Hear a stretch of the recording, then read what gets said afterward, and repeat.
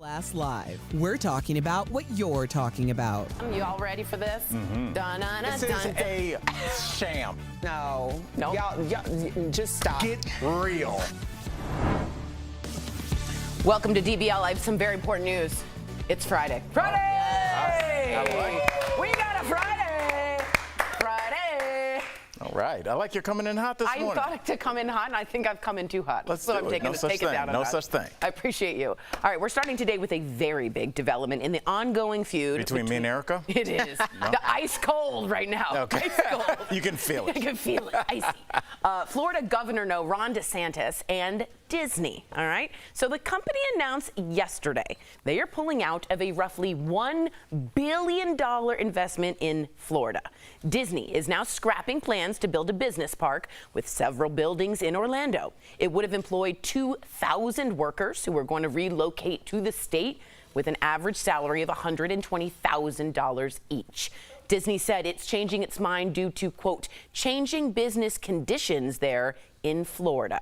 Now, this all comes as DeSantis is reportedly planning to formally launch his presidential campaign next week. They also say, just so you know, Disney, they have $17 billion reported and planned investments. It's on the line right now, and they have 13,000 jobs that are up for grabs in this feud, spat.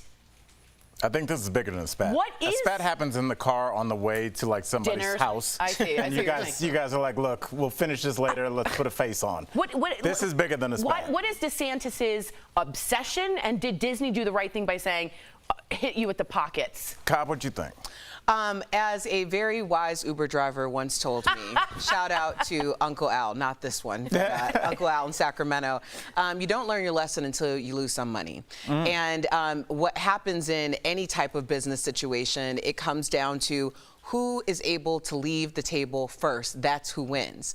And Disney is saying, we have enough money to wait you out or to manipulate the situation or to move things in our favor, and we don't actually need you.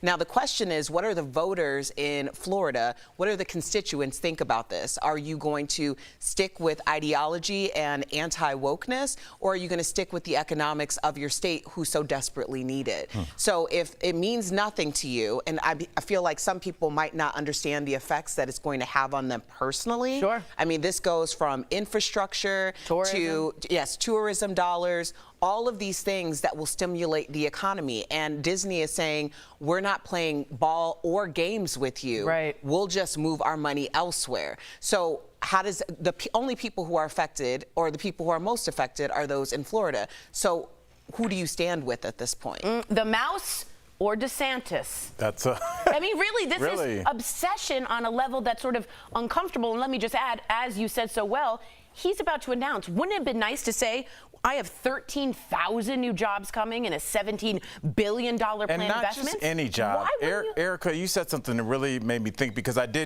experienced firsthand what happens when a major corporation moves into a city. Cleveland Clinic came to my hometown of Cleveland, and they Cavs, and they moved into a very poor section of Cleveland. And you bring in, 50,000 hospital employees, all making low six figures to high six figures, seven figures.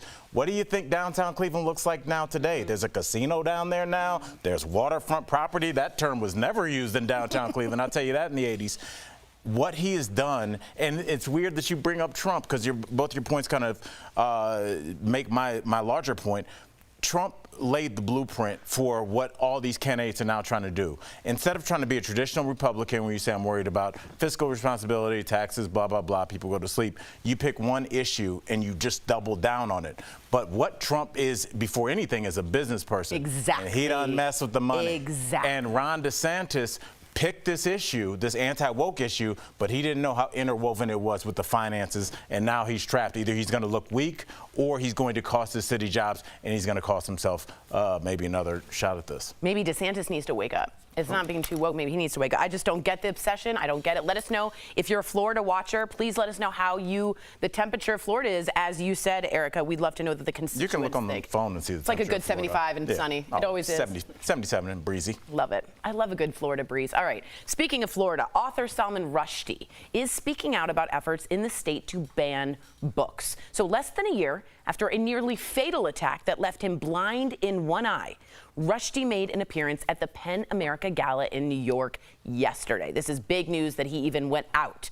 Rushdie mentioned the ban on books, saying, quote, "The attack on books, the attack on teaching, the attack on libraries, in, how can I put this, Florida, has never been more dangerous, never been more important to fight." Is Rushdie over-exaggerating, Erica? No. I mean, granted, I come from a household of educators. Right. But education is important. The access to education is important. The access to information is important. And I think that when we are especially so fixated on the educational system, on books, we are also very ignorant of the fact that access to information is everywhere. So I think that when we think about children, it's like, oh, they don't know anything. I know. Actually, a lot of them know more than us. Right. To be quite honest about that. And I'm really interested in seeing, because this is a social experiment in real time, what the backlash will be for these kids who are so affected by all of these bans and rhetoric and politicization of education. Right. How they're going to respond when they're able to make the decisions, and what they're going to look at the generation that tried to get them to not have access to it. Literally, to censor their generation. Al, just so you know, in Florida right now, all books in classrooms and libraries are to be pre-approved or vetted by a media specialist or a librarian trained by the state. Does that sound like the state you taught in? That's terrifying. No, I mean, we didn't have that. That sounds crazy, right? Things have. That just shows you how much things have evolved in just a short amount of time. People look at. Okay, we got a moth up here. I'm just acknowledging it, just saying it. Okay. Yeah, and honestly, I look at the situation, and Erica was, talking about how the kids are going to resent them. You look at a state that refuses to give universal health care.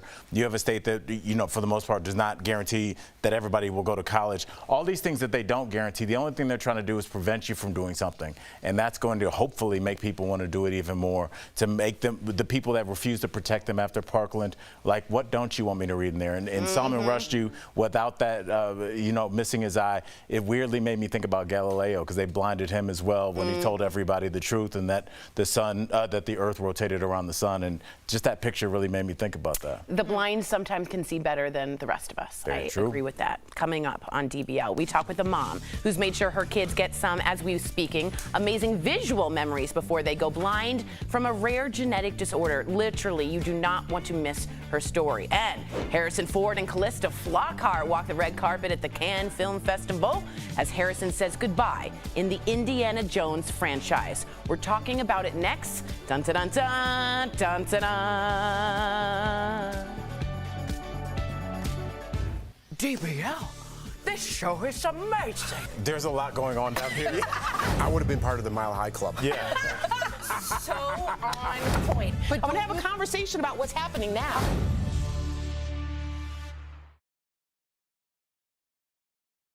Al said something really provocative and stupid. Al, do you want to repeat it? I did.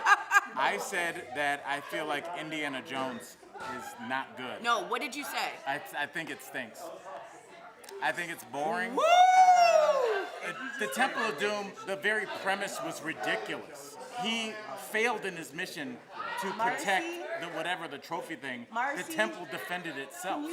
It had all these things built in. He was completely irrelevant to the storyline. He had to pick the actual Grail. Are you talking about that one? No, the one where it had the big ball that was chasing the German. Yes. The Temple of Doom was already pre-equipped to defend itself. He was completely irrelevant to that storyline. There is no Indiana Jones universe, so I'm not invested in any of these side characters and how they got to where they are. It's just like, oh, there's an 89-year-old guy with a whip now. Here we go. Okay, so let's start from the beginning. Indiana Jones is actually a scientist, much like yourself. He's an archaeologist and lover of I don't need to history. be in a temple either. Okay, I don't know okay. where I'm going. He's a historian who actually fights Nazis, finds religious relics, saves them, and protects. How did he save it? He found the whole. God is coming down and saying you're wrong. He's protecting the Holy Grail, the Ark of the Covenant. He discovers. He discovered it? Yes, buried in the sand with the sun coming through, was showing you where it was. Anyone else in Indiana Jones? No, nobody likes Indiana Jones. The Crystal Skull, that one kind of you seem stunk. like a big fan. That one did stink. I didn't like that one. That one was bad. The follow-ups have been really bad. Okay, but it's Spielberg. It's father, son. It's Sean Connery. It's good and evil. It's Nazi and American. It's amazing. Oh.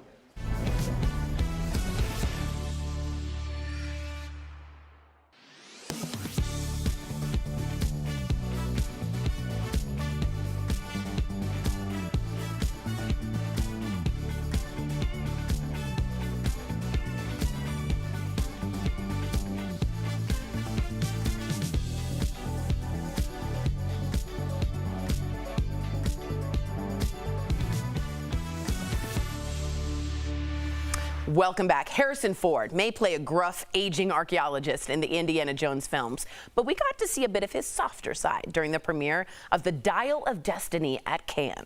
Harrison posed for pics with his wife, Callista Flockhart, while getting ready for the event in their hotel room. Harrison and Callista walked the red carpet, and later, Harrison was joined by the cast who all wore black. That looks dope, including British actress Phoebe Waller-Bridge, who plays his goddaughter. Later, Harrison fought back tears when he received a 5-minute standing ovation and looked back at Callista, who was seated behind him. He also got emotional when he was surprised with an honorary Palme d'Or for his lifetime work. Watch. My life has been enabled by my lovely wife, who is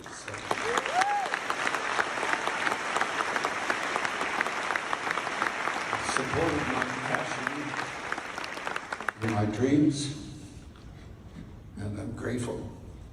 And you know, I love you too. Thank you. Let's be honest, Harrison was really getting teary-eyed because he's like, where's my extra 2 minutes because you gave Depp 7. And you only gave me 5, and I'm getting lifetime achievements over here, so y'all better continue to clap. That's true. Now, apparently, though, the movie reviews are, it's gloomy and a depressing final act. And the movie is serves up nostalgic hokum minus the thrill. But Harrison Ford still packs a punch, says the Evening Standard. Oh, those are ringing endorsements. Wow. I mean, Tori, you defended this movie. You called me old because I don't care for the Indiana series. Quite frankly, Erica, I don't see the point. I don't think they're interesting. And I think the last two have not been great. Shout out to Harrison Ford. He's had one of the most incredible careers in Hollywood. I love that he shouted out his wife, but I'm not that big of a fan. And it seems like this last one's going out with a whimper as well. I have no response to that because I don't even know if I've ever seen Indiana Jones. Fair. But it's not because I'm like against it. You're not against it. Here's the thing with I mean, I wouldn't watch it this weekend. You're not pro it. I'll say this. If you like good versus evil, Spielberg, father, son, sunlight, darkness, Nazis. You're just doing free word association? Nazis, Americans. It's the good guy of science versus those that want to trash it. And he saves relics of religious importance. The Holy Grail, the Ark of the Covenant. These things that he fights for and the boulders come and there's music and it's... Yes, that's my point, though. The temple defended itself. He was completely irrelevant to that storyline. The temple had built-in defenses. He didn't need to be there. He was trespassing. That's actually false, and the plot is wrong, and you haven't seen the movie. I have seen the Temple of Doom. It's been a while. It's been a while. I just wish, you know what, it would help me if there was a universe. I need kind of a universe now. There's a Mandalorian in Star Wars. I kind of need the spin-offs to see where every character comes from, and I feel like this movie pops up, and it's kind of weird. They tried Shia LaBeouf for a little while. That didn't work. That stunk. Yes, right, and there's been a couple really bad movies, and it's really tough to keep your franchise going when you don't have other, Solo and the different things that can kind of intercede and maybe build it up. Yes. Just hear the music. John Williams, dun dun dun dun, coming up. Great soundtrack. On DBL. It is a good soundtrack. A mom who is traveling the world with her kids before they go blind from a rare genetic disorder. She shares their inspirational story.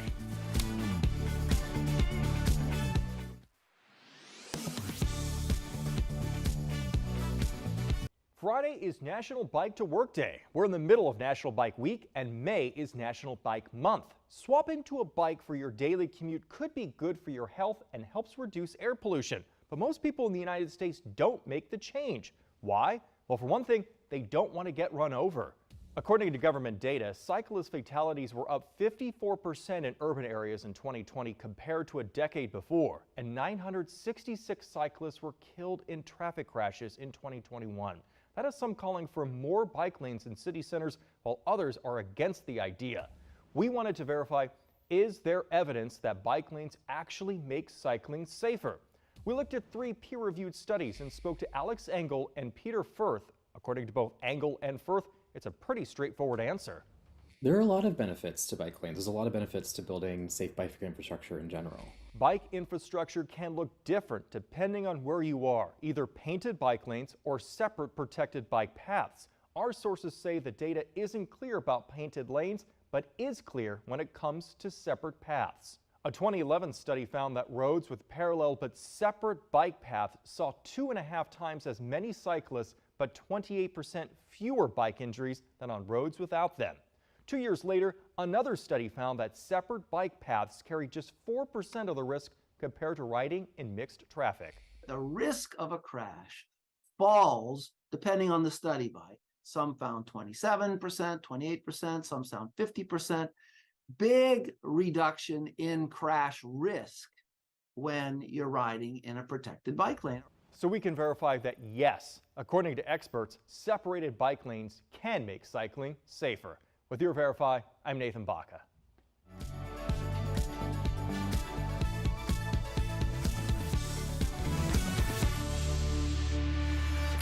Welcome back to DBL. Earlier, we chatted with a superhero mom of 4 who had to deal with a tragic diagnosis of retinitis pigmentosa. It's a rare eye disease that eventually causes blindness in 3 out of her 4 young children.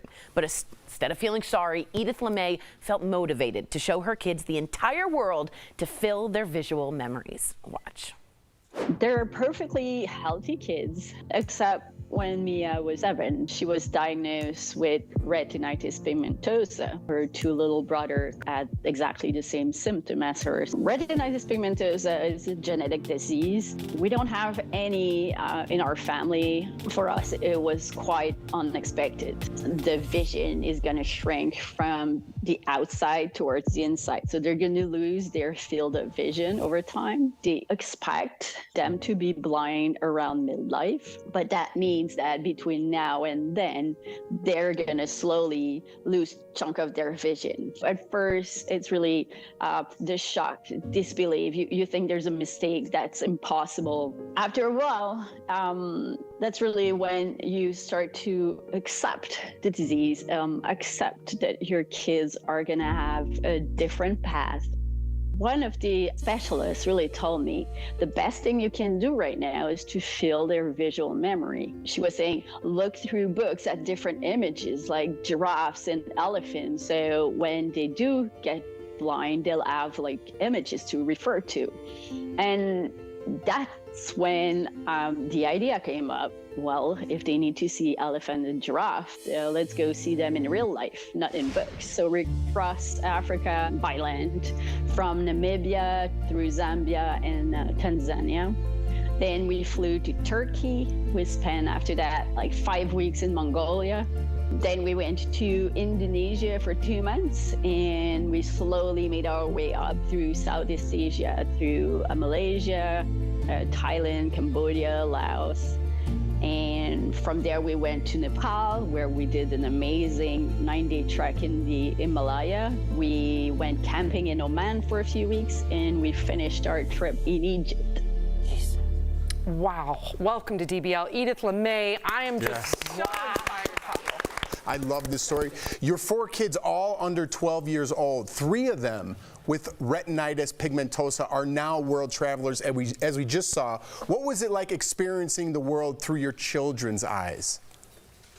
It was truly amazing and way better than what we could have expected.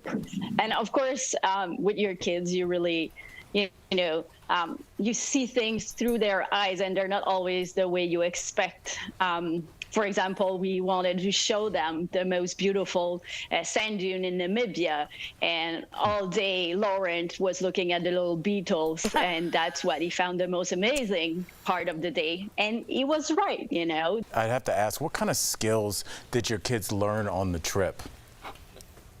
So many skills, but I think the one that's going to be most useful for them is resilience and the ability to adapt, because as their vision fade, they're going to need to adapt all through their life. So during the trip, they needed to adapt to different food, different culture, different language, often different last-minute change of plan. Like, for example, we were in Zambia. We were supposed to take a 3-day train to cross the country, and we found out the train wasn't running. So we had to go to Plan B, and Plan B was a 16-hour bus ride with no AC, no food, no toilet. And the kids adapt. I even remember Colin, who had to sleep on a little suitcase in the middle of the alley, and he woke up saying, "Oh, Mommy, I'm so lucky. I had the best place on the bus." Oh my God. There you go. Unbelievable. You made memories accessible by doing this. It's unbelievable what you did. After all 13 countries, was there a moment for you that made it all worth it? Well, so many. It was so hard to choose. But I think one of them that really, for the entire family, that's the best, is it was hot air balloon rise at sunrise in Turkey. And we told the kids that we couldn't go because it was too expensive, that we would just go see them take off. And last minute, we just said, okay, come on, come in the balloon. They were so excited. It was so beautiful. And I remember Leo looking at me, telling me, "Mommy, it's just like we're in a dream." And that's how magical it was. Your whole story, I mean, the whole thing is magical. What message are you hoping our audience takes away? Just in any moment in your life, something hard happens that you can change. It's okay to be sad and to be angry, but don't stay in that mood. You need to accept it. And when you get to the point where you accept the situation, that's when you can start finding solution and think about the positive part of it. And that's how it gets better. Wise words, and with your action behind it. Thank you so much, Edith. DBL Nation, please check out fightingblindness.org. Their work gives us hope that a cure may be found for Edith's kids. Thank you again, Edith. We appreciate you. We'll be right back. Thank you. It was a pleasure.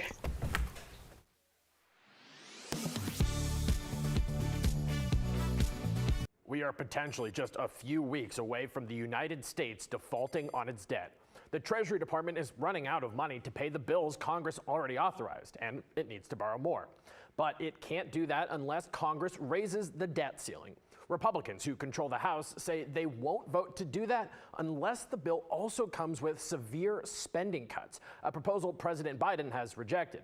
Verify viewer Andy heard that when Trump was president, Republicans lifted the debt ceiling multiple times without any strings attached. So let's verify. Did congressional Republicans vote to lift the debt ceiling without spending cuts during the Trump administration? Our sources are the Treasury Department, the Congressional Research Service, the Bipartisan Policy Center, the Committee for a Responsible Federal Budget, and the American Presidency Project at UC Santa Barbara. The debt ceiling was lifted 3 times when Trump was president, once in 2017, 18, and 19. But each time, Congress didn't vote to raise the limit by a specific amount the way they usually do. Instead, they voted to suspend the debt ceiling altogether. This allowed the Treasury to borrow money at will. Then, when the suspension was over, a new ceiling was automatically installed based on how much the Treasury borrowed in the interim. As a result, the debt ceiling rose by several $1 trillion during Trump's term. So, did any of those suspensions come with spending cuts like the ones Republicans are calling for now? They didn't. Some of these budgets included spending offsets, but our sources said they were mostly budget gimmicks rather than serious cuts, and they had little impact on actual spending. So we can verify, yes, during the Trump administration, congressional Republicans voted multiple times to lift the debt ceiling without spending cuts. Since 1960, the debt ceiling has been raised 78 times, 49 times under a Republican president and 29 times under a Democrat. With your Verify, I'm Casey Decker.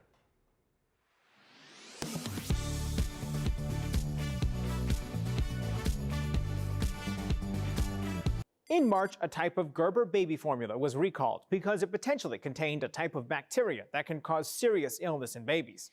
Now, 2 months later, some social media posts saying the recalled formula ended up on store shelves anyway. So, let's verify. Was potentially contaminated Gerber baby formula sent to stores after a recall was issued? Our sources are the Food and Drug Administration, the Centers for Disease Control and Prevention, Associated Wholesale Grocers, and Gerber's parent company, Perrigo. When the recall was first announced, stores and distributors were supposed to pull the affected Gerber Good Start Soothe Pro powder infant formula from the shelves, and customers were instructed to throw out any they had at home.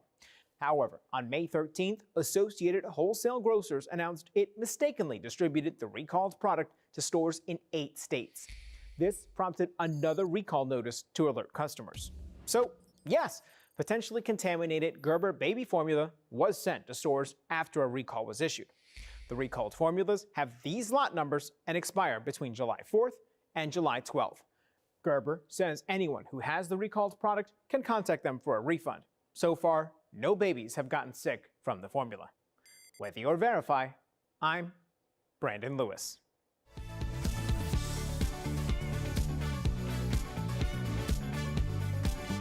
For your chance to win the perfect family getaway.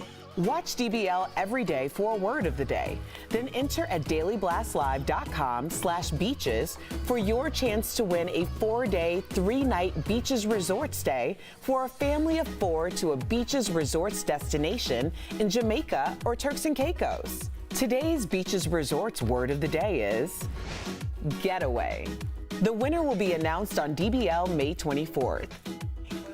Last day, welcome back. If you are hiring a landscape company to make your yard the best on the block, make sure the work you agreed upon gets done. Here's to safely enjoy life outside with Sunsetter. Erica agrees. First, make sure to carefully read your contract. Tori agrees to this. Companies may try to add additional tasks, hoping they can get more money out of you. So make sure the company is only completing the tasks that are listed on the contract. Now, with affordable custom features without the custom price, Sunsetter is America's #1 best-selling awning. Spend more time outside and get the best value with Sunsetter. It's been an industry leader for 30 years. Call 1-800-513-6851 or visit sunsetter.com for guaranteed pricing on American-made awnings to last. Yes, we all need a channel enter Jeff and read that contract. Exactly. Yes. And have patience. Patience is a virtue, as my 4th grade teacher would say. So who's coming over to enjoy my backyard today? Me. I'm down. Okay. Yes. All right. Yeah. I'm just getting the invite on air, so I'm like, for real? I'm down. I hope it's real. I'm like, come on over. Okay, good. I'm coming. You know I will. Everyone have a wonderful weekend. Be careful. Be good to yourselves. Be good to others. DBL is new every single day, and we will see you same time, same place when? Monday. Take care, guys. We have 5 seconds, so they're going to slowly pan towards us.